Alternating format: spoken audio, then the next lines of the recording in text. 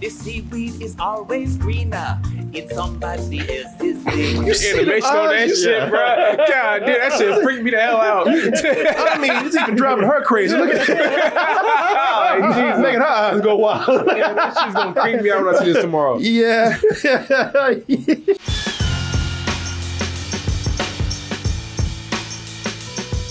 Go ahead and get your tickets for Double Toasted Live in Atlanta.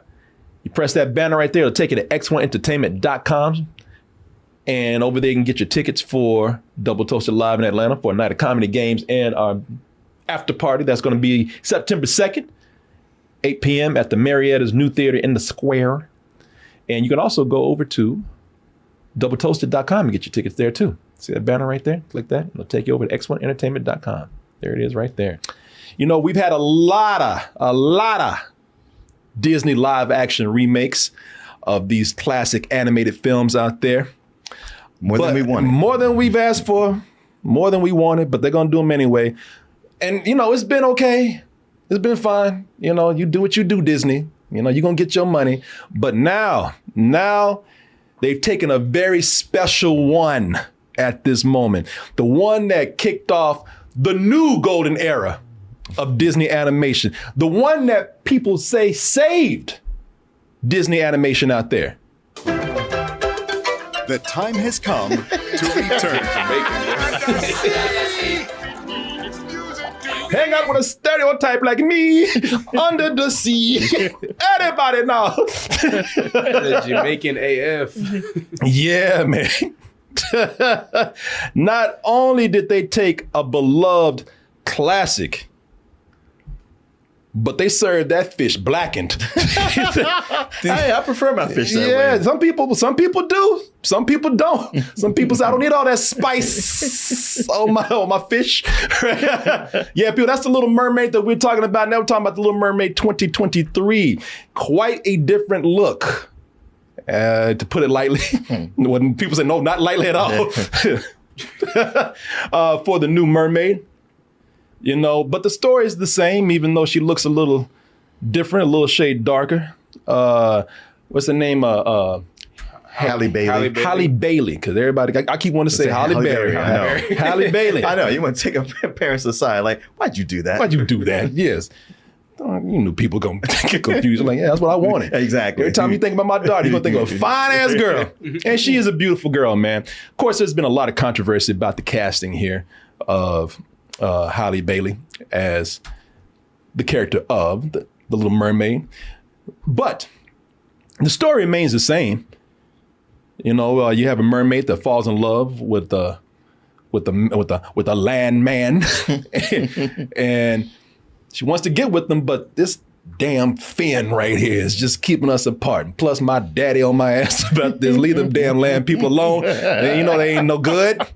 And I need a vagina. Yeah, she need a vagina, need an asshole. I need everything down there.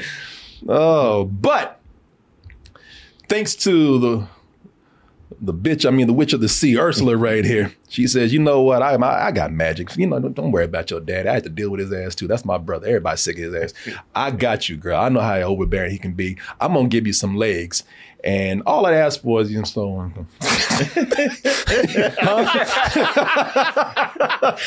You want the legs, don't you? You want them or not? So she gets her legs, goes on land, seeks her Prince Charming, but as we all know, there is a price to pay for this. And people say, you know something? Yeah, the story is very much the same. And that's the problem. It's always been the problem. You know, y'all ain't doing hardly anything to change, you know, these stories up. Yeah, you got a black woman up in here. That's cool. You got a black fish. That's fine. You know, you got, you know, younger actors now voicing the characters. All that's cool. But really, you know, you're taking any real chances outside of that. Well, some people enjoy these movies, man. Some people say they do serve a purpose, and some people are tired of seeing the same old thing. What will be the case with, again, this much beloved classic right here? I will tell you that The Little Mermaid, while not my favorite of the new age of animation that over at Disney, that second golden age, that would belong to Beauty and the Beast. I think that's a perfect and amazing film, followed by Aladdin. But I do hold a special place in my heart for The Little Mermaid. I remember seeing this, and even when I saw this at the time, you got to keep in mind, I lived through a period where I saw Disney animation dipping and declining, and I lived that period. They were talking about it went to the dark ages. Oh, it did, and they said they were on the brink. They said we are shutting this down. Disney animation is done. It doesn't make money. I remember seeing The Little Mermaid for the first time, and just I knew immediately that they were back. And so this does hold a very special place in my heart. Can I put that bias aside and enjoy the film? Well, let's go ahead and take a look. Can Martin do the same? You've seen Little Mermaid. You love seen it. Yeah. Yes, of course. You ever seen Little Mermaid? No. Well, you know what? You haven't seen the original? No. That's why I wish we could have done this review with you. Right. Because that would have been a very interesting thing. That's one of the interesting things that we are going to talk about with this review. So let's go ahead and watch this trailer, and we'll be back with our opinions right after this.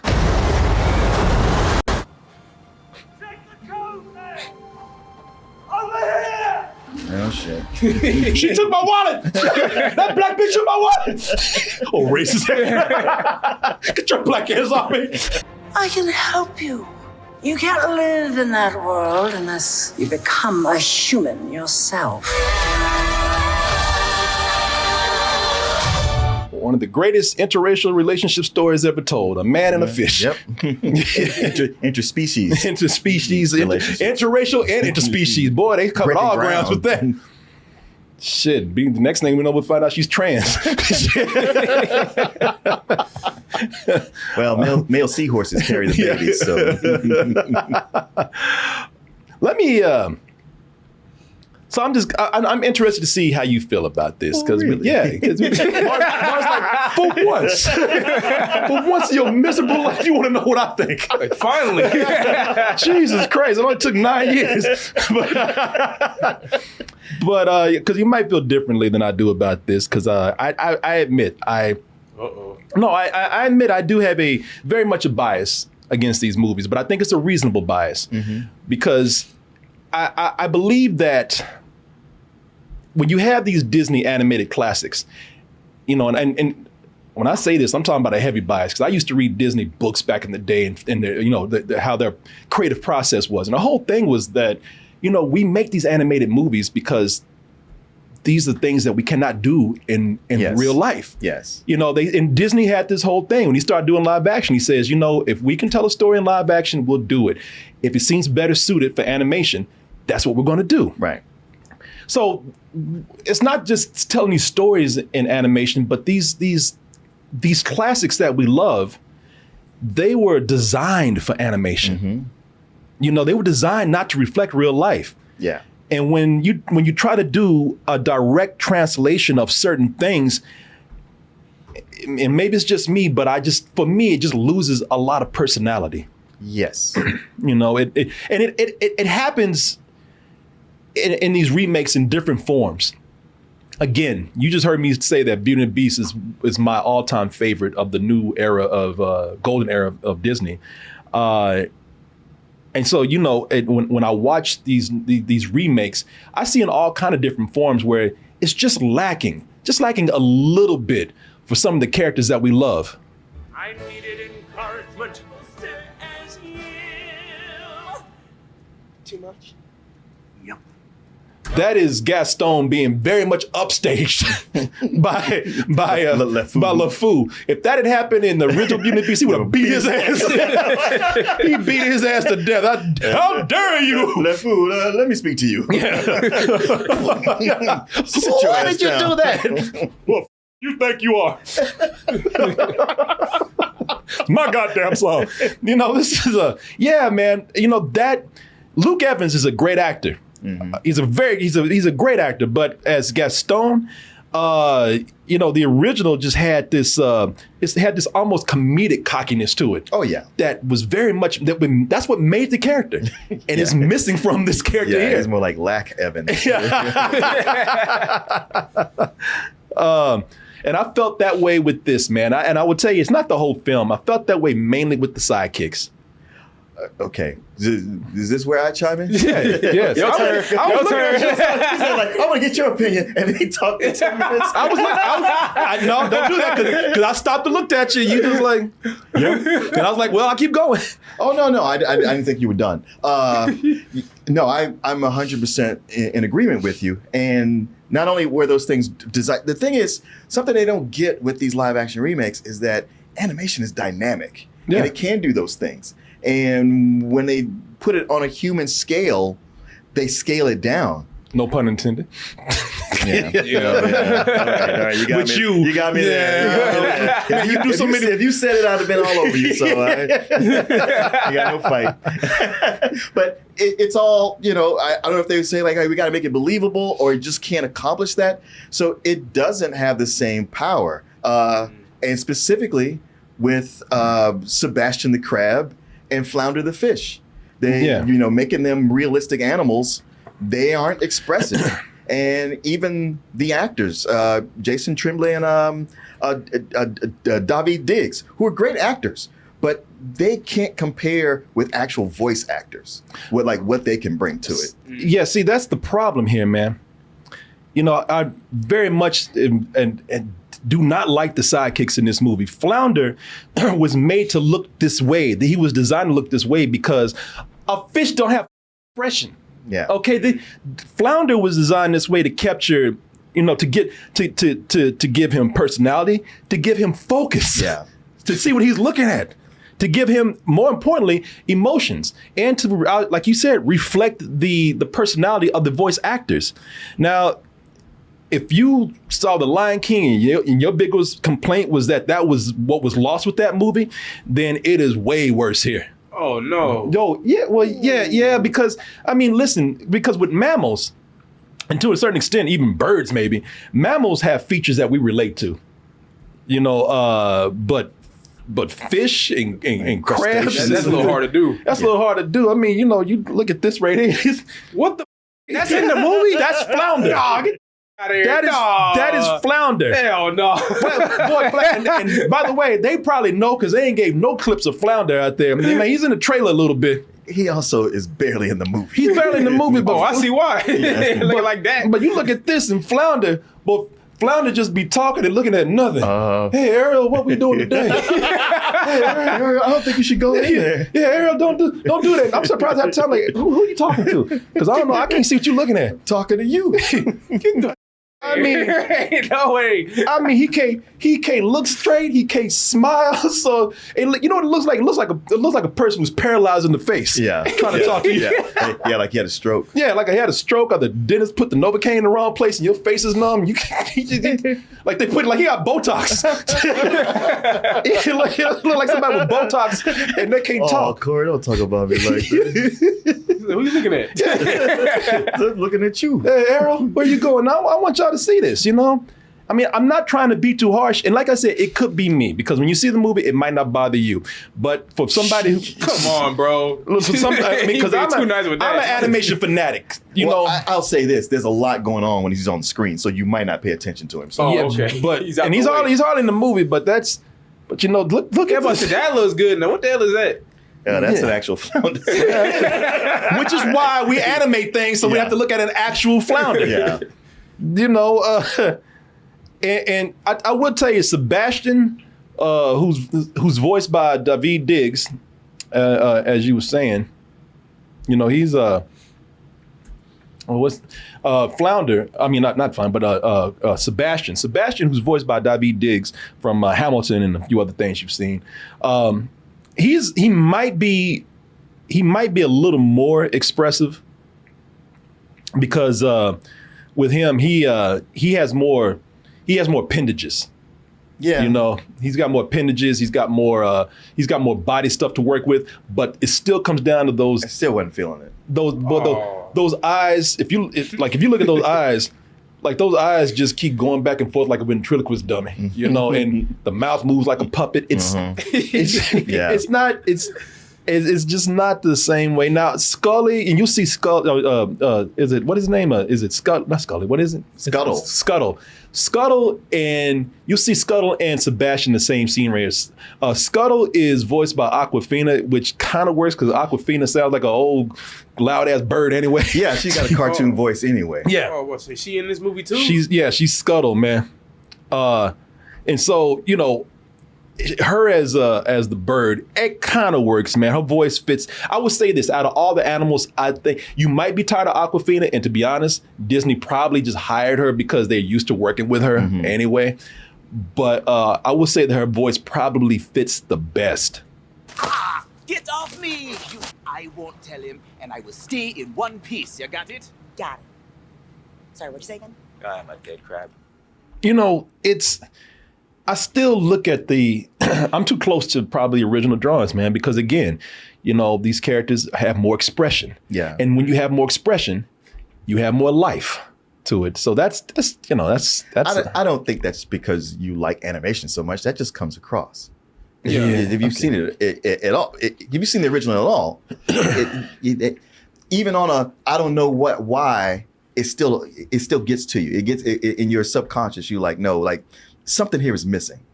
Yeah. Let me ask you this. And let me bring this up here.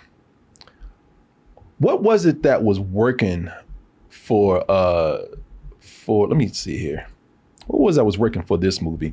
Because this movie is not too much different. You know, and maybe it was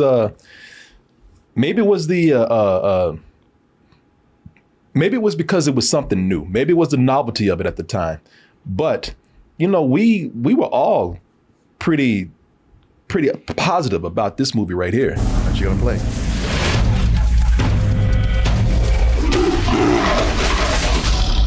Pat, one of these days you'll be someone's dinner. What was it about the Jungle Book, man? I'll tell you two things that why that worked better. The voice actors really brought something to it, something extra. And the biggest thing about it was that the Jungle Book, more than any of these other adaptations and remakes, was willing to be its own thing. Like as much as you know it's the Jungle Book cartoon, on its own, it's its own movie. It's not a shot-for-shot remake. They have some shots in there that were from the movie. Yeah. No, you're gonna always you can have see that a to lot of establish it. differences. But it feels like it's its own thing. Like you could watch it if you never knew there was a Jungle Book cartoon. You could watch this and enjoy it the same way. Where so many of the others, they kind of depend on you having watched the other one. Yeah, that's the thing about it, man. Because they didn't go big musical with this movie like the movie did. Yeah. Now that's one of the things. Like they had the numbers, but some of them they cut. Yeah. And Bill Murray as Baloo, he's not doing a what do you call what's the guy's name? But anyway, I know. But he's not doing he's not mimicking the original actor. Yeah. He's he's doing his own thing, and everybody comes across as hey, we're here for this, but we're not trying to make you think we are pretending to be the original movie. And that's the thing about it. That, you know, Disney's been playing it really safe, and I think this is another case where they're doing that. And you know, the more that they've gotten Phil away, Harris. Phil Harris, the more that they've gotten away from. You know, taking chances with these films and doing their own thing, the more we get crazy looking things like this right here. You know, it's I don't know, man. Looking at these animals over here, shit, that disturbed me almost. When looking at these fish talk, I had to get some better help, man. After this, watch these movies. So cheap. Oh, folks, we gotta take a moment for our sponsor right here. This portion of the show is brought to you by BetterHelp. And I don't know, are you a Sebastian? You know, Sebastian's always taking care of people, man. Always looking after Ariel. Always trying to keep that bird from messing up, you know, cock blocking and all that kind of stuff. Yeah, he's crabby about it. Do you just need some relief from these puns over here?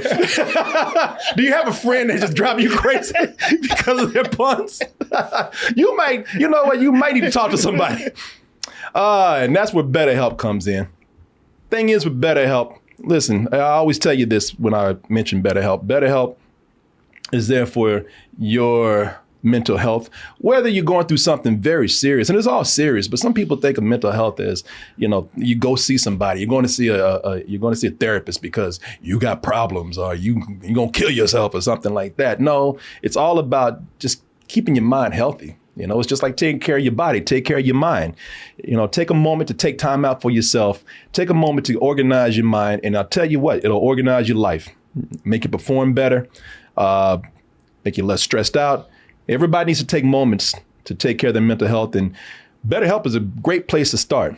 And the reason why is because, well, it's online, and, being online and having services online is all about being convenient. With BetterHelp, you have a way of seeing a therapist. If you want to do a video chat with your therapist, you can. If you want to do it by phone, you can do it that way. You can also, if you don't like the therapist that you have, or you don't like the person that you're talking to, they can actually get you someone new. But here's the best thing about it is getting started. When you get on, all you have to do is just fill out a questionnaire, let them know all about yourself, and then you'll be matched with a licensed therapist, which, as I said, you can switch out at any time with no additional charge. Hey, does it sound appealing to you? There's a lot more benefits with BetterHelp. So here's what I want you to do. I want you to find out more about BetterHelp for yourself. But while you're out there, let me give you this 10% discount right here. Nice. Here's the thing. If you go to betterhelp.com/doubletoasted, you'll get 10% off your first month. Take care of your mind, and everything else will follow. So I want to thank BetterHelp for sponsoring this portion of the show, and I want to thank all of you out there for your support. Thank you. What's that you say, Julian? Fortify your mind. Fortify your mind. There you go. I also thought it was funny. I thought it was hilarious that I'm glad they kind of did this. I thought it was funny that Sebastian and Flounder, they were in so many situations where they were seeing their kind, their species, their brethren just dying, just being eaten and suffocating, they weren't horrified at all. Not even a little bit. Like they just say like, hey, that's how it goes. Yeah, shit, it ain't me. Shit, you shouldn't have got caught. I'm still alive. Yeah, not only that, but they would be seeing the fish being like killed and served and eaten and suffocating to death, and they just still cracking jokes. Like they're just used to it. Here's what happens. Shit, I mean, half the time they were hanging out with when Flounder was hanging out with Scuttle, she was eating fish. Yeah. And he's gonna be next one day. Even by accident. Yeah. Yeah, somebody said that's the circle of life. So be it. Different movie. Yeah. different movie, same rules. As for the human characters, we've covered these animals over here. As for the human characters, of course, starting out with Ariel, I think Halle Bailey is good. You can see her face right here. She just has these expressions of innocent charm, man, that fits the character. But boy, she got them eyes, boy, them wide eyes. I know. I'm surprised people think she's one of them fish. I know. They are. She's like Pixie when they separate sides of her shit, face. when they make the Pixie movie, boy, yes. Shit, you could have been in a Little Mermaid, huh? Under the sea. She looks like the black version of Anna Taylor-Joy, man. Oh yeah, you're right. Yeah, I can see it. Yeah.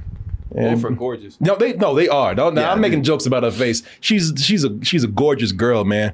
But I'm gonna tell you, I think that she is. I think she's best when she's singing, and that's not a knock against her acting. That's not a knock against anything with her. It's just even it could be argued for the first movie that maybe The Little Mermaid was not one of the most interesting characters in the film. Ariel, that is.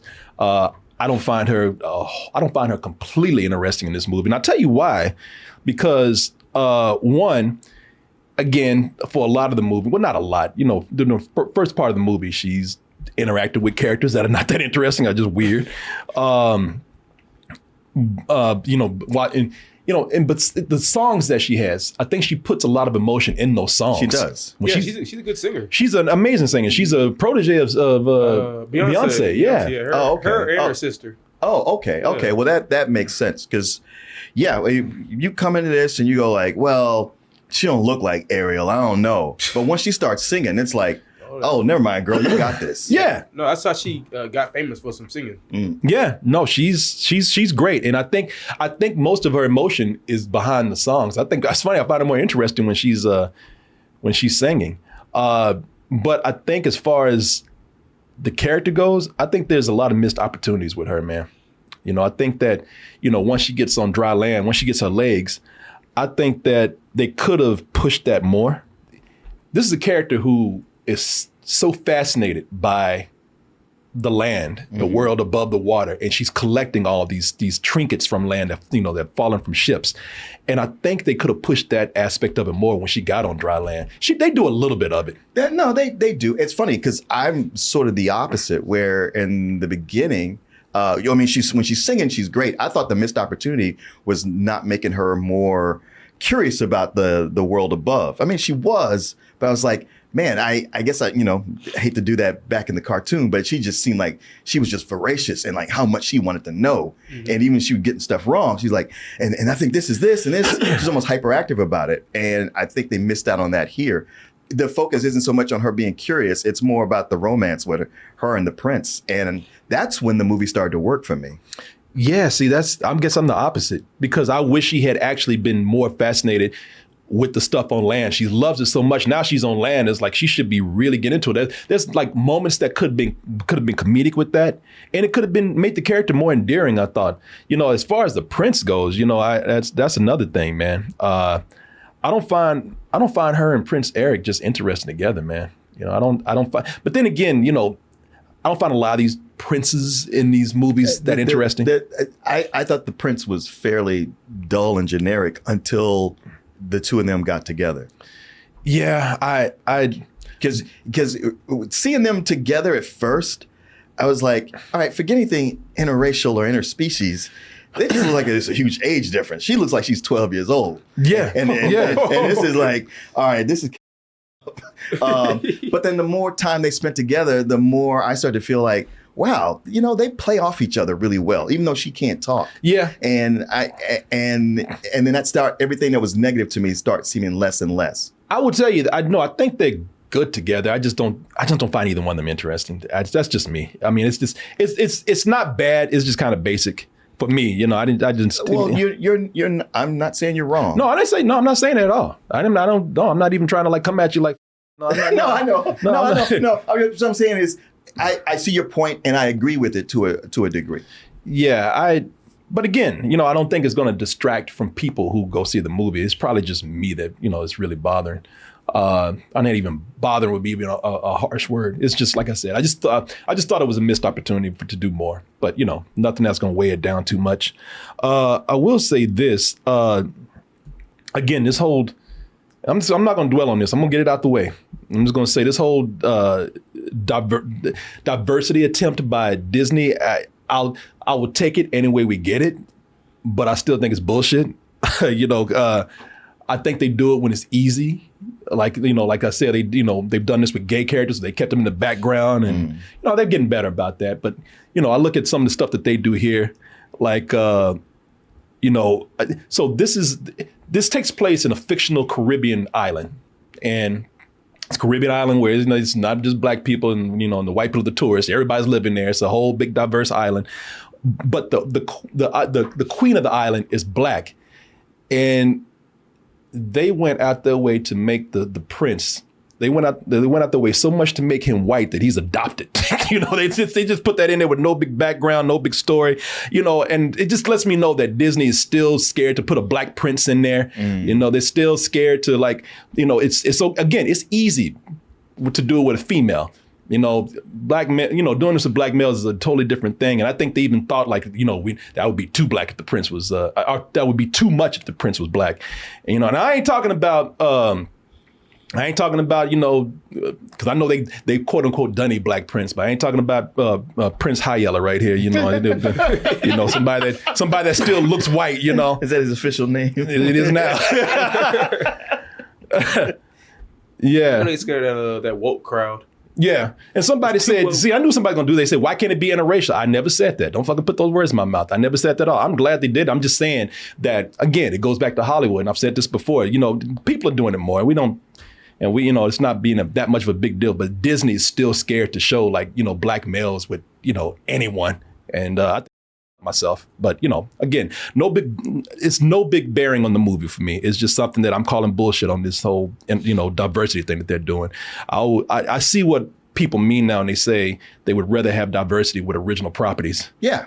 I'm very much in that camp now. Oh, sure. I mean, the whole thing of like, hey, look, we made a black Little Mermaid. It's like, yeah, but it'd be cool to have a black mermaid with her own story that's not dependent on something you've already done before.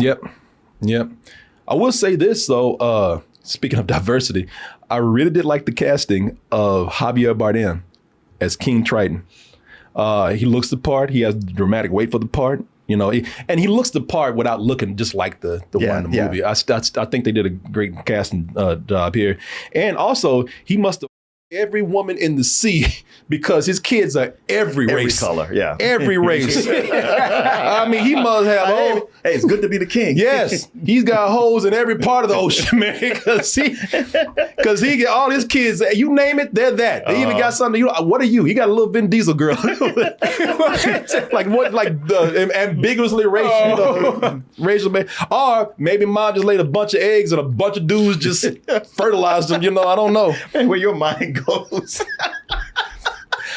But I was like, man, how you get all these kids right here? Because they all like daddy. Well, he's got 7 seas to fish in. Yeah, he does. But because it's a big deal that all his daughters come from all over. I know to gather. And I don't know what he's eating, but spitting out nothing but girls.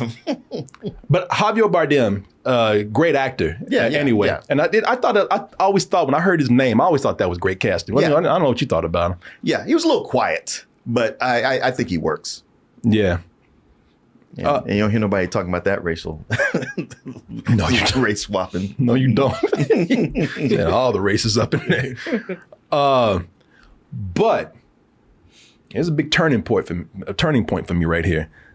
But like most Disney animated films, and Disney themselves even had to mention that, you know what? Damn, boy, our villains are coming in and stealing every movie. Yeah. And that was a big thing even in the golden era, that certain times villains would come in and just steal the movie. And for me, this is no exception here. And I would love to hear what you thought about this, because I absolutely loved Ursula in this. Yo, you loved Ursula. I loved Ursula. I liked Ursula before. I like shit. Ursula had them, she was thick. Yeah. She had them hips. Woo! Ursula always had a thing for Ursula. The only way to get what you want is to become a human yourself. Can you do that? Bitch! Who you talking to? Ursula is played here by Melissa McCarthy, man. And I thought she was perfect, man. I think it's one of her best performances that she's done. She's not falling down. No, she ain't tripping over her own tentacles and breaking shit, knocking it over. None of that stuff. There's no fat jokes in here or anything. I thought for all the music that's in this movie, and there's some complaints I have about some of the songs in here, but I thought Poor Unfortunate Souls, which is one of the best numbers in the original, I thought that was the best musical number for me here. I admit that in the past I've been a nasty, pathetic, unfortunate soul. I thought that number did a lot with the character. I thought the animators did a lot with the character, utilizing all of her appendages and tentacles and whatnot. I just, and visually, it doesn't really stack up to the original for what they've done, because they did a lot more in that. Yeah. But she held it down as far as I'm concerned. She was good as Ursula. She was great as Ursula, man. I loved it. And unlike Will Smith, who made the character his own by being Will Smith, Melissa McCarthy, she transformed herself into this character right here, man. She completely became this character. Well, but there were moments where she put just slightly little Melissa McCarthy in there. But and as far as this character, I've never, really seen her go this far and get this immersed in being a different character. And it's all, these sultry, scheming shit. Even like the original Ursula, something sexy about her. The sea witch! Look at that. Distinguished. Looking like Gumby or something. I appreciate Sebastian. Like, shut up, I'm watching. Go somewhere. So here's the deal. I'll whip up a little potion to make you human for 3 days. The kiss of true love. You know, I thought there was also something subdued about the way she played this. I could not wait for her to get back on the screen when she was, when she was gone. Yeah, she's one of the highlights. And it's funny watching this. I was like, I see what's missing. This Ariel is not as naive and innocent as our original Ariel. Oh yeah, yeah, and that's not enough. It just shaves a little something off of it. But no, Melissa McCarthy's great. As a matter of fact, even when she first came on, I didn't know it was her. You didn't? No, because I didn't know who was in the cast, and I was just like, who's this Ursula? She's pretty. Oh, it's her. Yeah, I think she's brilliant. I absolutely love the parts with Ursula, man. And again, I really love Disney villains, and Ursula is one of my favorite villains, but maybe that's again a bias, but I really like the Melissa McCarthy here, man. Maybe it actually says something, because I'm very critical when I see people playing the villains that I love. Sure. Sure. Because you think about, like, my favorite villain is Jafar. That's your favorite villain? Yeah. And look at what they did with him in the movie. Yeah, mine would be top Cruella de Vil, and that's why I was like, oh, Cruella. Forgot about her. Yeah, I was about to say, come on, man. Yeah. Oh man, that's your favorite. Yeah, Cruella de Vil she's amazing, man. She is.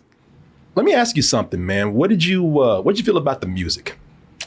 Well, there was like and dislike, and every time Halle Bailey sung, wow, amazing. Poor Unfortunate Souls, killer. There's a song by the Prince that I believe Lin-Manuel Miranda. I think he wrote 2. Yeah, it wrote for this, and that song left me completely cold. Like that, the movie stopped so he can have this. The Prince can have this number and sing, and I was just like, yeah, okay, bro, I guess. Yeah, and it's odd because there's one hip hop number in it, and I was like, this doesn't feel like it belongs here, but it was catchy, so I did like it. No, you hit on something right there. Yeah, almost. You and I agree on that. Probably different wording, but there's songs in here. The rest of the songs in the movie, the original tunes, the remakes, I mean, they're classics now. Yeah. So they're going to work no matter what. I would say that, again, just like I've been saying with a lot of this movie, they lack the visuals that you had in the animation. Under the Sea is I thought that was pretty good for what they did with them. It's that's what I'm saying. It's a watered down version of what we're used to. Boy, you got these puns just slipping, don't you? God damn it! Oh my goodness! I'm off my game. There's something fishy about that song.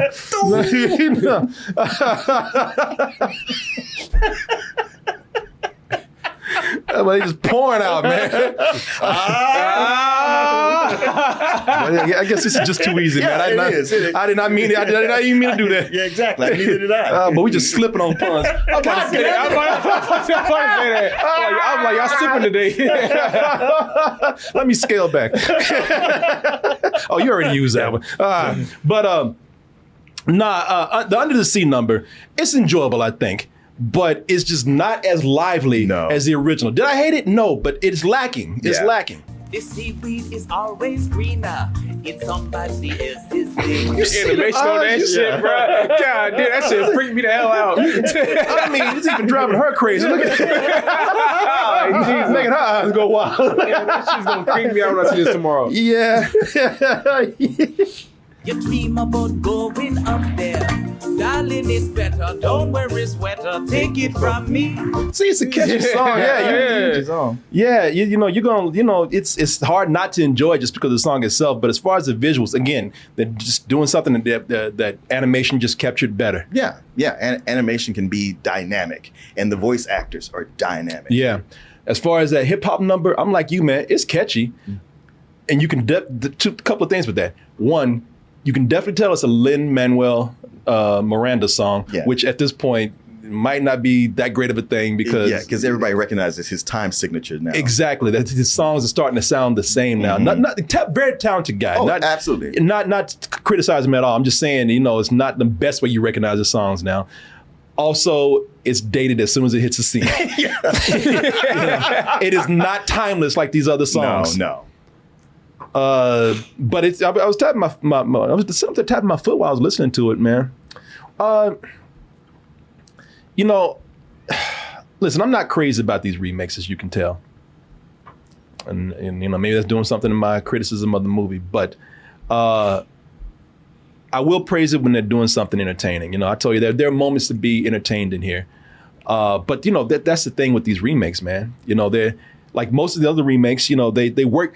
This is why I want to hear from you, Julian, because I think they work better for fresh eyes, fresh viewers. Out there, But we don't know. A fresh viewer might be bored. That's true. That is true.